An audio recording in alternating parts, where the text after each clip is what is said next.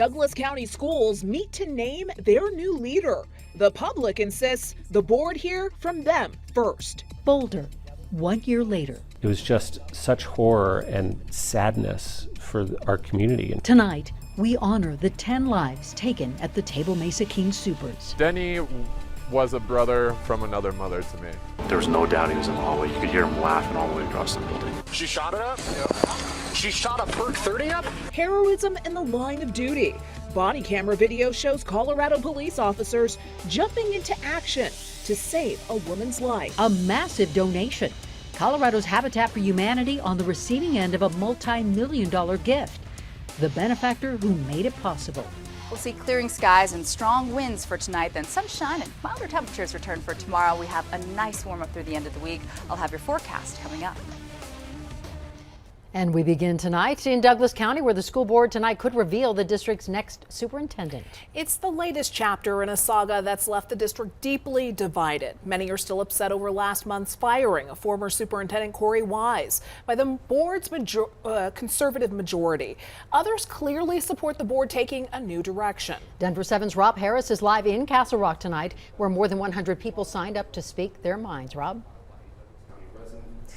Yeah, absolutely. And actually, we just saw a recess in this meeting. It has been a long night here. It started with a 2.5-hour executive session with the board members to privately deliberate their decision. Then, as you just mentioned, more than 100 people speaking in person for the public comment. It's actually not over yet, because after this recess, we have Zoom comments from more people of the public. And then we are expecting, possibly tonight, a decision in this case.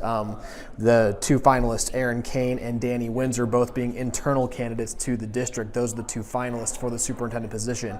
Now, as for the in-person public comment that we've been hearing tonight, based on the comments we've heard and the response from the crowd, it does seem that the majority of the people here tonight support Aaron Kane as the new Dougco superintendent. Kane is currently the executive director of a charter school in Dougco, and she served as interim superintendent in 2016. I believe Aaron Kane will be able to bring our community back together. I firmly believe Aaron Kane is the stronger candidate. Her track record as interim superintendent serves as proof that she is qualified to step into the role of superintendent and will hit the ground running. Bring us together as obvious.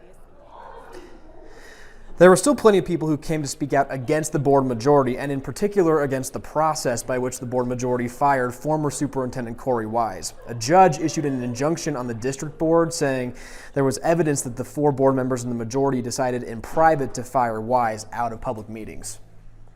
That lack of integrity, the meetings that the judges ruled were not in alignment with the sunshine laws. People knowing things ahead of other board members knowing things, and I guess just how political it's gotten, which is disappointing, because that's not what we want to model for our kids. So like I said, guys, it's been a long night so far in Douglas County. Been here about 5 hours already, and it's not over yet, because after this recess, we have Zoom comments from the public, and then possibly we'll have a decision from the Dougco school board. So we'll be reporting to you that online if that does happen within the next few hours. Back to you guys. All right, Rob, thank you for that. And yes, we will follow up and let you know what happens. New tonight, this body camera video, and it shows Canyon City police officers saving the life of a woman overdosing on opioids. Officers Kyle Hansen and Austin Phillips were called to Mountain View Park back on March 8th. A friend told the officers the woman had taken Percocet. She began turning blue, and the officers administered Narcan. And police say it took 4 doses before the woman's condition improved. Now, for context here, police say it normally takes only 1 dose to reverse an overdose. Doctors say without the officers' actions, the woman would have died.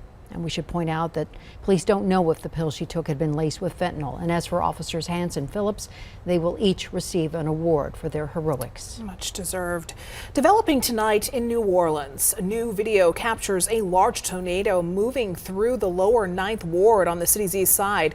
At least 1 person has been killed. A parish resident told CNN that homes were picked up from their foundations and left crumbling in the streets. This storm comes just 1 day after a deadly tornado outbreak in Texas and Oklahoma. Debris removal from the Marshall Fire is now a step closer to starting. Boulder County commissioners today approved a contract with the company responsible for removal. Commissioners also okayed a joint resolution with Superior and Louisville to clean up the debris. The county says removal can start once the contract is signed. That's expected to take up to 4 months. Details on when work will begin should be revealed later this month. A party was busted at the home of late Broncos receiver Demaryius Thomas, and now Georgia police say several personal items are missing. Police were called to Thomas's home in Roswell, Georgia earlier this month after Thomas's mother was tipped off by social media reports.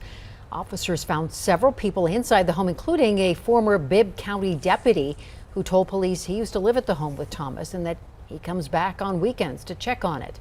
Well, that man was arrested and charged with criminal trespassing.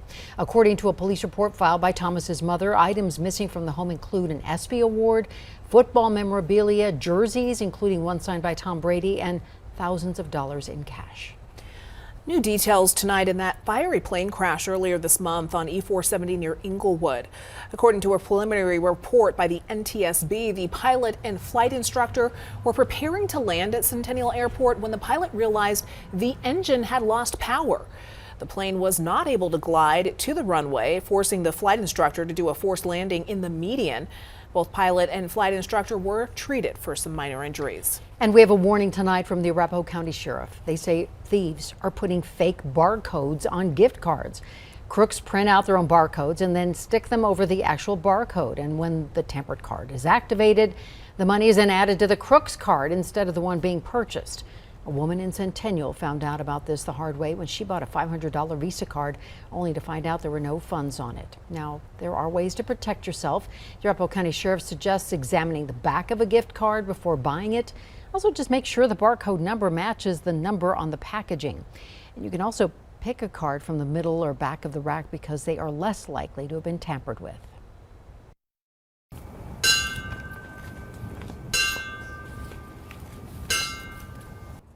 Today in Boulder as the community marks 1 year since the mass shooting at the Table Mesa King Soopers.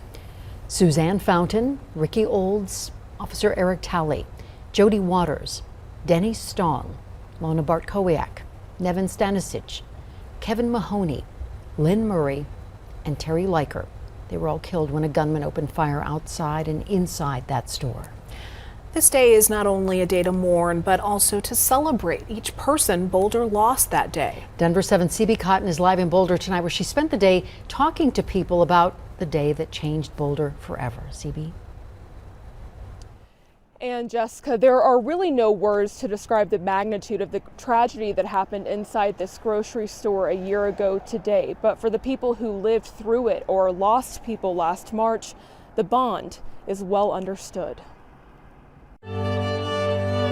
This is a crowd of mostly strangers who still find themselves connected by a moment. It was a day when the routine act of picking up groceries forever changed for us, and for some, ended lives. 1 year ago, a mass shooting happened at the Table Mesa King Soopers in Boulder. And this group of people gathered to remember. Some, like David Prowell, remember simply because they were there.